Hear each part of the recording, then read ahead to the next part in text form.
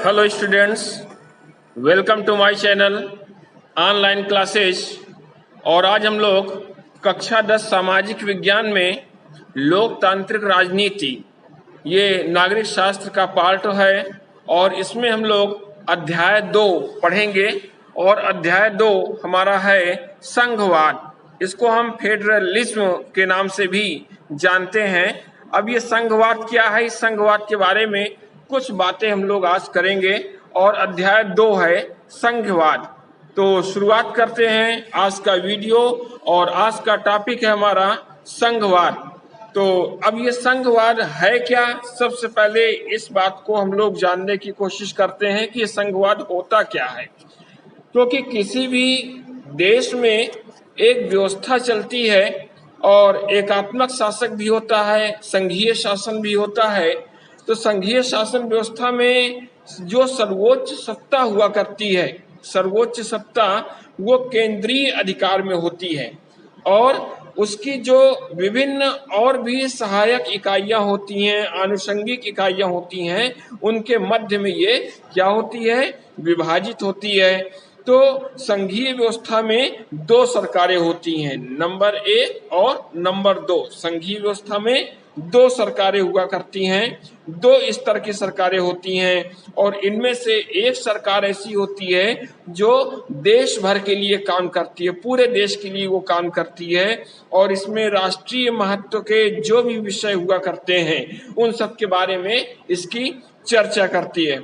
और इसके अलावा जो दूसरी सरकार होती है वो प्रांतीय सरकार होती है और इसमें शासन के जितने भी कार्य होते हैं, नित्य प्रति कार्य, उन कार्यों को वो देखा करती है। और सत्ता के इन दोनों स्तरों की जो भी सरकारें होंगी अपने अपने स्तर पे क्या होंगी, स्वतंत्र होंगी और स्वतंत्र होकर अपने कार्य का निष्पादन करती हैं और अपने कार्यों को ये लगातार देखती हैं। इसके बाद जो संघीय शासन व्यवस्था होती है वो एकात्मक शासन व्यवस्था से विपरीत हुआ करती है। क्योंकि जो एकात्मक व्यवस्था होती है उसमें क्या डिफरेंस होता है कि शासन एक ही स्तर पे चला करता है, जबकि शेष इकाइयां उसके अधीन काम करती हैं। जबकि जो संघीय व्यवस्था होती है इसमें क्या होगा, केंद्रीय सरकार प्रांतीय या स्थानीय सरकारों को आदेश दे सकती है, लेकिन इसमें केंद्रीय सरकार प्रांतीयों को कुछ विशेष करने का अधिकार नहीं देगी, बल्कि राज्य सरकारों के पास अपनी शक्तियां, स्वयं की शक्तियां निहित होती हैं और इसमें केंद्रीय सरकार को जवाबदेह भी नहीं होती हैं। तो इस तरह नंबर पहले 1 में हो जाती है ये केंद्रीय शक्तियां और नंबर 2 में हो जाती हैं राज्य शक्तियां, या इसको हम केंद्रीय सरकार और राज्य सरकार में हम विभाजित कर सकते हैं। अब यहाँ पे बात आती है कि संघवाद तो हो गया, संघवाद में देश में किस तरह शासन चलना है, किन 2 भागों में करना है वो क्लियर हो गया। लेकिन अब संघीय व्यवस्था में कुछ विशेषताएं भी होती हैं, कुछ कैरेक्टरिस्टिक्स भी हुआ करती हैं।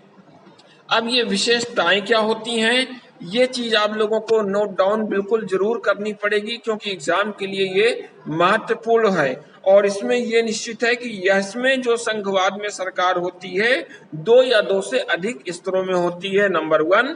इसके अलावा जो पृथक पृथक अलग अलग सरकारें होती हैं एक ही नागरिक समूह पे शासन करती हैं, उसी नागरिक पे केंद्र सरकार भी अपना काम करेगी और राज्य सरकार भी वर्क करेगी, चाहे वो कानून बनाने के लिए हो या कर वसूलने के लिए हो। और जो प्रशासन होता है उस प्रशासन की जो भी व्यवस्था है, इन सबका अपना अपना अधिकार क्षेत्र हुआ करता है इस संघवाद में, संघीय शासन में, फेडरलिज्म में।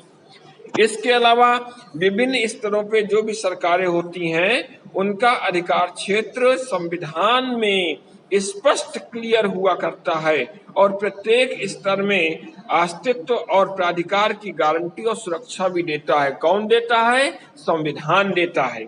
इसके अलावा संविधान में जो मौलिक प्राविधान हुआ करते हैं वो एक स्तर की जो भी सरकार होगी वो उसको नहीं बदल सकती।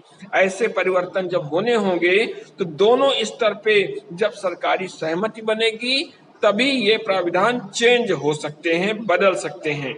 इसके अलावा जो न्यायालयों को संविधान और विभिन्न सरकारों के लिए अधिकार दिया गया है, उनको व्याख्या करने का अधिकार दिया गया है। और इसमें जब कोई विवाद उत्पन्न होता है राज्य की दृष्टि से, केंद्र की दृष्टि से, तब क्या होगा, जो सर्वोच्च न्यायालय होगा, न्यायपालिका होगी, तो सर्वोच्च न्यायालय इसकी निर्णायक भूमिका हमेशा अदा करता है। साथ में अब बात आती है वित्तीय स्वतंत्रता की।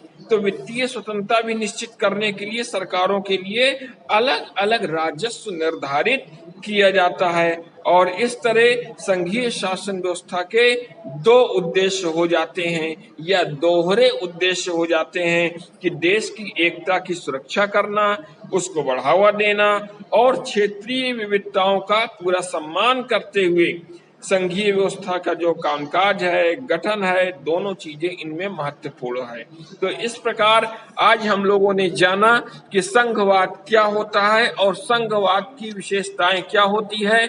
इस टॉपिक के आप लोग अपने नोट्स क्लियर कर लीजिएगा और लिखने के बाद इनको तैयार कर लीजिएगा। बोर्ड की दृष्टि से ये बहुत ही इंपॉर्टेंट है और जिसके भी टॉपिक छूट गए हों वो वीडियो को लाइक और सब्सक्राइब करने के बाद वीडियो चैनल पे जा करके वहां टच करेंगे तो जितने भी वीडियो पुराने होंगे, एक पार्ट से हिस्ट्री के भी, ज्योग्राफी के, वो सभी वीडियोस आपको उपलब्ध हो जाएंगे और वहां से आप अपने नोट्स तैयार कर सकते हैं, अपना ज्ञान आप लोग बढ़ा सकते हैं। तो अब हम लोग अगले टर्न में मिलते हैं एक नए टॉपिक के साथ।